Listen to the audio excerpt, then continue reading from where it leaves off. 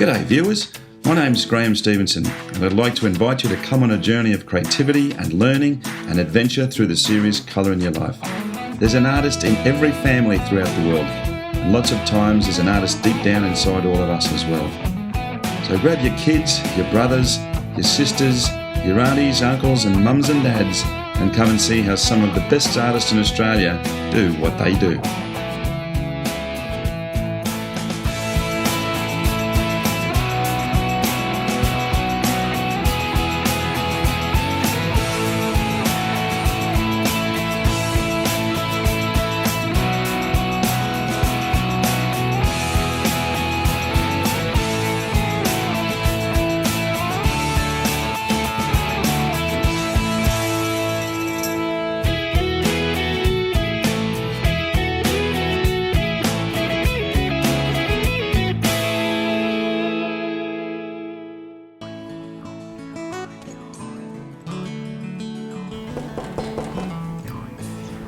Hello, how are you? I'm good, thanks darling, how are you? I'm good. Did you have a good drive? It was a long ride, but we're here. So. Lovely, we got some nice cold weather, so come in. Thanks honey.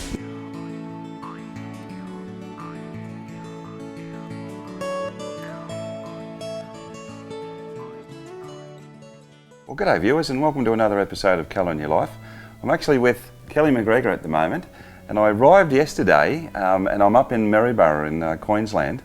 And we had a fabulous night last night, didn't we? We went along to the Gattaca Gallery down in Maryborough, looked at the old town area, which was just magnificent, sensational place, old buildings. Did you enjoy last night? Oh, it was fabulous. Yeah, we had our local mayor come along, so I was given a grant application to do this little project. So the mayor was there and officially handed over the money, and lots of support from people, and you know all the local artists and everybody showed up to meet you mainly. Ah, no, God. Well, I mean, I just think it's great that the council and the people that obviously are supporting Kelli, and you're a well-known artist in this area, but they obviously realise that this is an essential part of artists like yourself, you know, spreading the word, spreading your ability.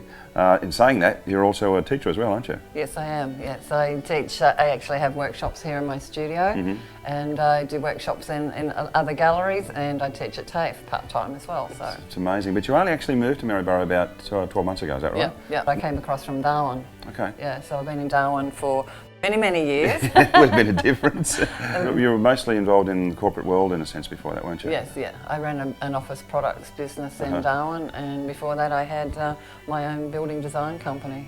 And just sort of, you know, when was the urge? It's probably always been in you, which it generally is for most people. I mean, with that right brain creative urge. Yes. I mean, when did you know that was starting to sort of say, I've got to do this, I've got to do this? Well, I think it's like most people, I've painted all my life, you know. But I think 2003 I had my first solo exhibition in Darwin, and it sold really well, and I had such good feedback from it then, and I was so excited by the whole thing, you know, and I thought this is where I want to be. Yeah. So from then I started exhibiting regularly in Darwin, and in 2007 I threw in my real job to be artist. The idea about this is to get in touch with your soul. Yes. And that's what I think that this has done for you as well. Yeah, it's the life, you know, and coming here to Maryborough and having this beautiful studio and this space and this historic town with all the interest and stuff is just... It's incredible. Yeah, it's my wish and my dream come true. What we're going to be working on today is that obviously because of the area that you live in, there's a lot of sugarcane, there's a lot of history in the area about that as well. Yes. And you're working on a series called Brown Sugar. Yes. Nothing to do with the Rolling Stones. but it is a series that is about the Kanaks and the Torres Strait Islanders that basically came down, you know, 100 years ago, I suppose, and then began to harvest the crops. And I suppose that's really good in a sense if you're painting those historical situations. Yep. And we're going to go through that. You've actually started on the series. Yes. And the painting that we're going to be working on today is actually part of that series as well, isn't it? Yes, yeah. All right, well, let's go and have a look at these guys before we start so that we can go through the series. Yep. And you can tell me where we're going to go with this one. Yeah, it'll help us kind of get this thing happening.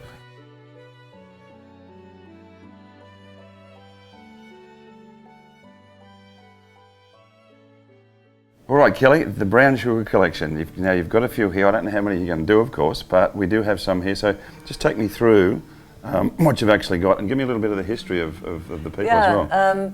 The sugarcane industry in this area, it's one of their main products, sugarcane, and it has a colourful and sometimes shady background. So I actually read a story by Nancy Cato called Brown Sugar, and that's kind of where it came from. So we actually start with the Kanakas were actually brought across here, indentured labour were brought across from the islands to work in the cane fields because it wasn't fit work for white people. So they basically, and they pretty much stole them. So this imagery comes from the islands and the missionaries that used to look after them. I've actually got some of the story written in text and put on there as well. I've used the shellac running down there for the to create that energy and the sadness of being torn away from their homes. The boat's there. So there's a couple of them like that, and again the story is written there. That's symbolic of the palm trees, the crosses, and that sort of thing. And we've got the face is basically imprisoned by the cane. You know, that they really didn't want to be here. The cane cutters. So, and a lot of this work is a lot of drawing. I have a lot of my drawing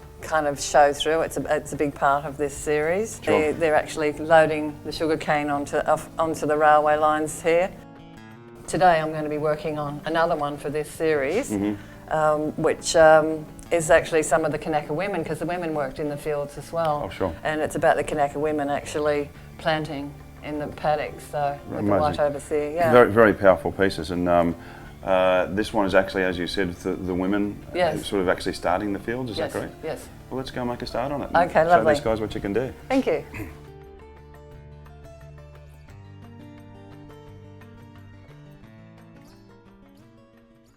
With my three primary colours, I'm just going to put in a loose, very loose, energetic wash with the big brush, just using the three primaries. So basically, I'm just really just going to. And it's just, are you using medium with that, or are you just using a lot of water? At the moment, I'm just using a bit of water. Okay. But I use a lot of medium. But I'm just going to have just splashes of different colour, just moving it around a little bit. I'll start dragging a bit of red into there now. Are you just throwing that big house brush and then just throwing it into the water and away you go? Yeah. I just want to just really create a nice energy, you know, lots of, and some of this raw stuff will actually show through on the final piece.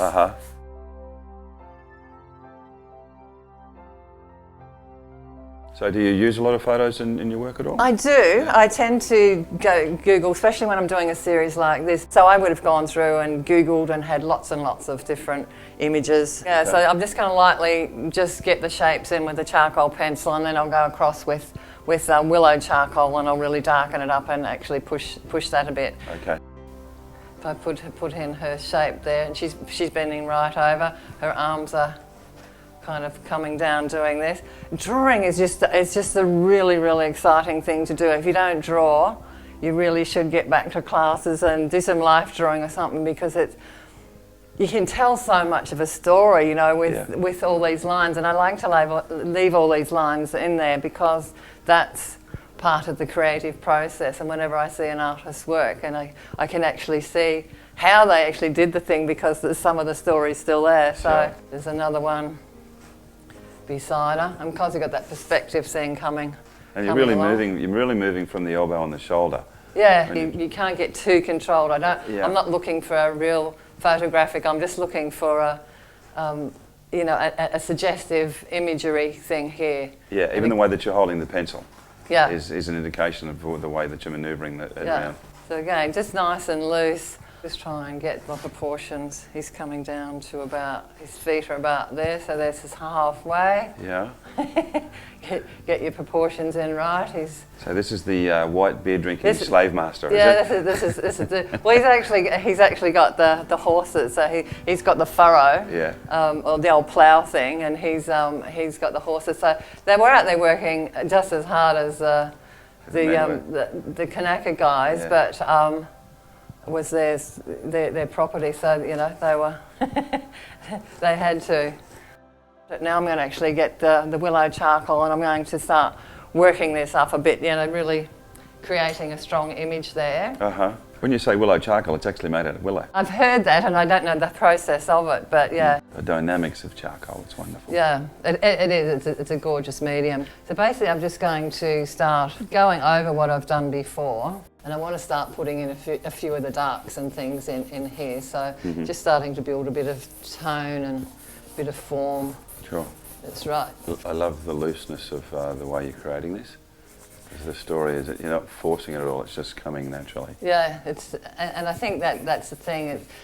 This is where you kind of get your happy accidents, because you're not being too tough with it, you're just letting it kind of flow a bit. When you think about it, you know, that having to wear the clothes that they wore, it's just wrong. And as I just saw you do then, just stepping back's an important part so that you can really look at it in a different light. Huge, yeah, because you can't see what's happening until you step back, because you're too close to it, especially with a bigger piece. A smaller piece is different. Yeah. With a bigger piece, you really need to constantly get back and see what's going on. Plant a dude.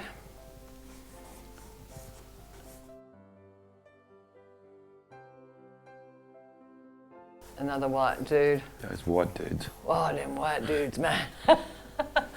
I mean, they live the tough life. Any Australian farmer, I come from a farm myself as a kid. It's a tough life. Yeah. So there's kind of a bit of a dark trench, which is a real nice line.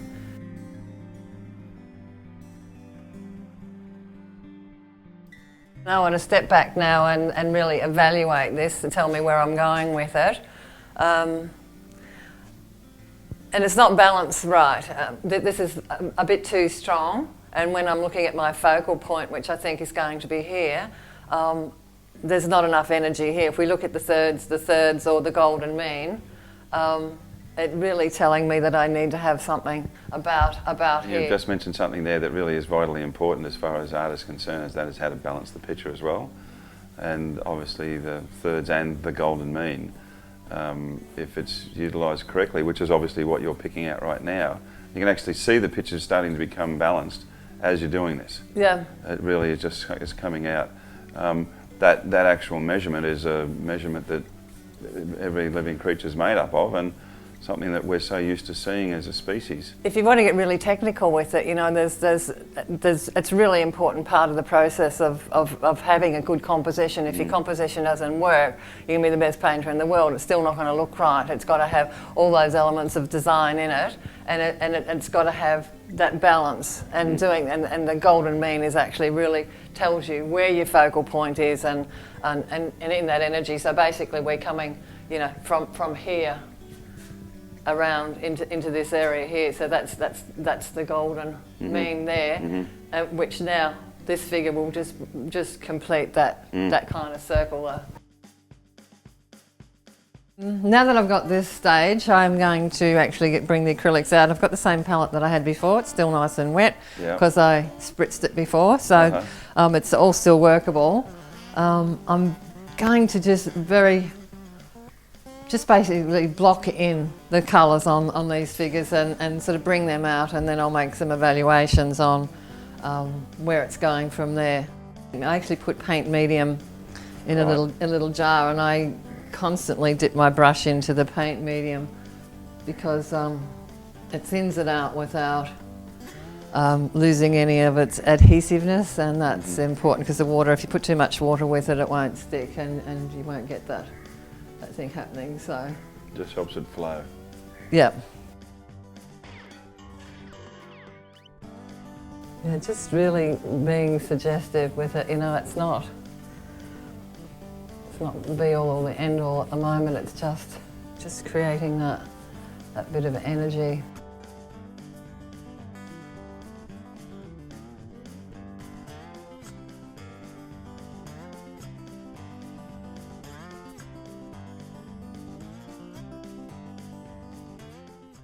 So Kelly, what style would you consider that you fall into? It's a good question, and it's a difficult one to answer. My style changes a fair bit because I am experimenting and I'm learning different techniques all the time. But somebody said to me a few weeks ago, out of the crowd and said, "Oh, I think you're contemporary." What did you say? Contemporary realism. Which I think would be, yes, that would be a good way to look at it. Yeah, absolutely. So, you know, that's as good a tag that I can. I said, can I use that? So yeah, no, I thought that was kind of half reasonable. I see a little bit of expressionism in there. Yeah. It really is, because you're still creating the story all the time. Yeah. And it's lots of it's little dibs and dabs and bits and pieces, just creating some light. And I'm not sure that I like the blue on there now that I'm back here. It's creating a kind of a kiss with that colour there. Yeah, that's a better colour straight away.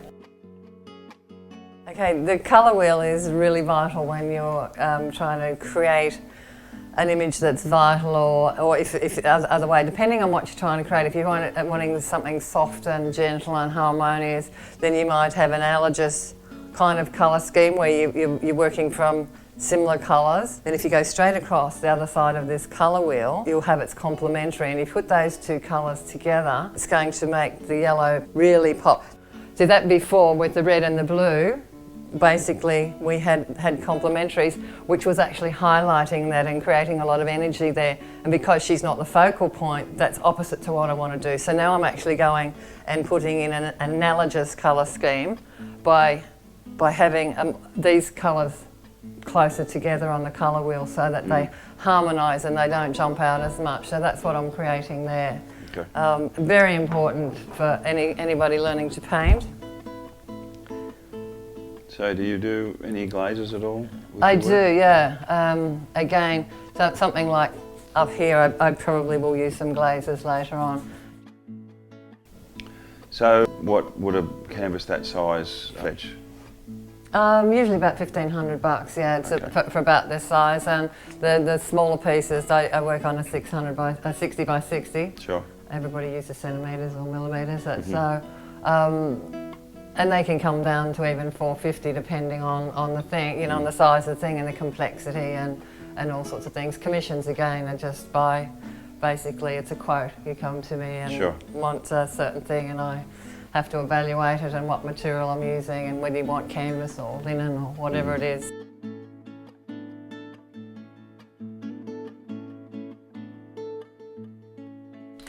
I'm just looking at the piece that you've got behind your easel there, and it's obviously got galvanised iron roofing on it. Piece about obviously Indigenous situations once again. Yeah, this piece I did last year. And it started off again in a different thing. It was supposed to be the children are sacred.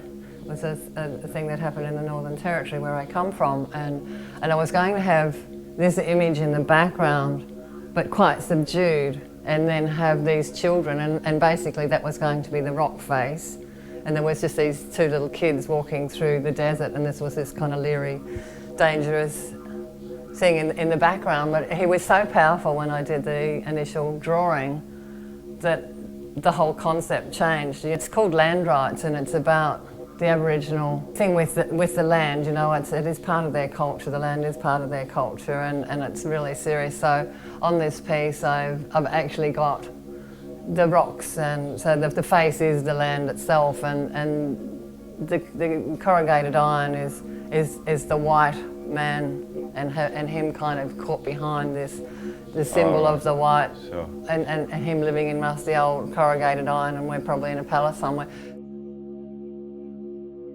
And when other people were coming in, even at the early stages, people were kind of like just stopping and going, wow, it was so powerful. So yeah, it is a special piece, and it's a little bit pricier than that. I can imagine it. If you want to find out about them, just give us a call. Yes. I like that answer. No, it is. It's a beautiful piece. I've had a lot of comment on it.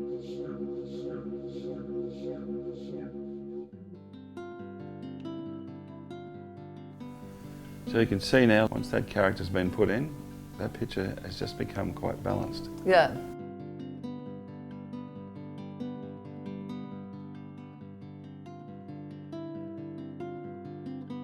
And unfortunately, I need to ground him, which I didn't want to do, but when he was just a drawing, he didn't need grounding. Now he actually needs grounding. If I maybe even... No, you just sprayed that with water, that's the opposite. Just with a bit of water, yeah. It's really, it's sort of doing its own thing now, yeah. Isn't it? I'll let that do its thing for a bit.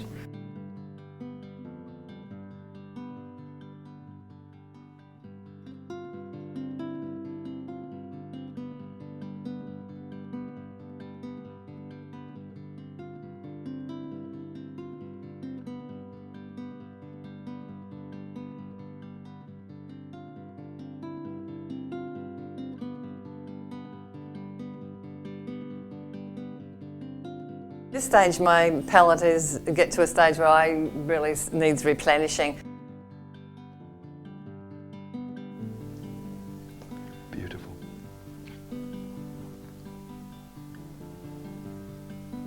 What colour is this?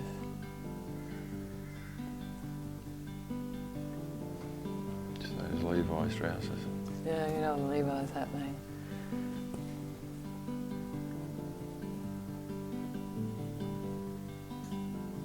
Good, isn't it? It's great. Just those couple of lines. The fun part about this painting is that you've literally painted that whole piece with that one paintbrush. Yeah. So it just sort of goes to show that you know, you can create all this intricacy or perceived intricacy in the picture, and it's just done with one brush. What I think I'm going to do is turn the canvas on its side, and I'm actually going to, this is why I have a nice concrete floor rather than carpet or anything sensible. I'm going to turn it on its side, and I'm going to kind of pour some paint down there. All right, okay.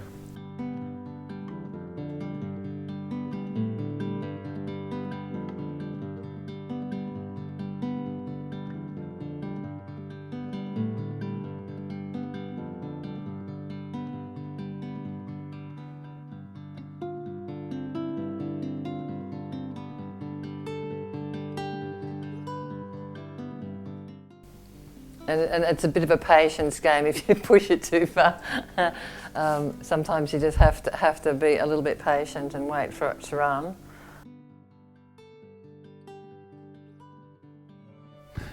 Okay viewers, another fabulous day spent with an amazingly talented lady.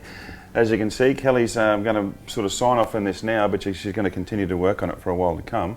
And really great day as far as information is concerned. I mean, they all are, but this was a particularly good one going all the way through. I'd like to thank you very much for having us in your studio. Yeah. It's been great, and to the beautiful area of Maryborough for having us a fifth of the day. It was really, really great too. If you want to see more of Kelly's work and the other talented artists that we have on the website, you can come to colorinyourlife.com.au, see all of the great people that we have in there, Kelly's work included. And until we see each other again, remember, make sure you put some colour in your life. See you next time.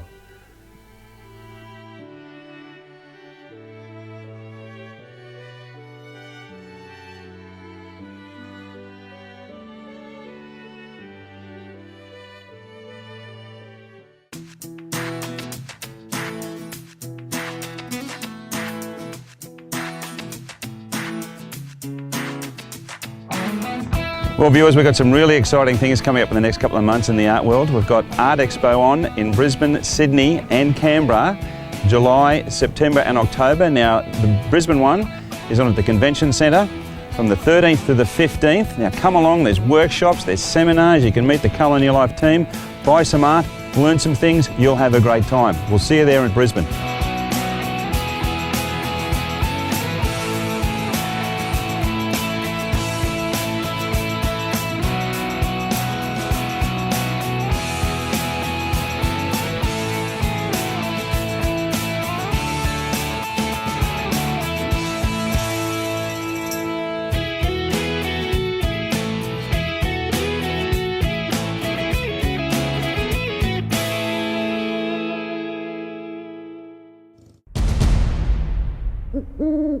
Mm-hmm.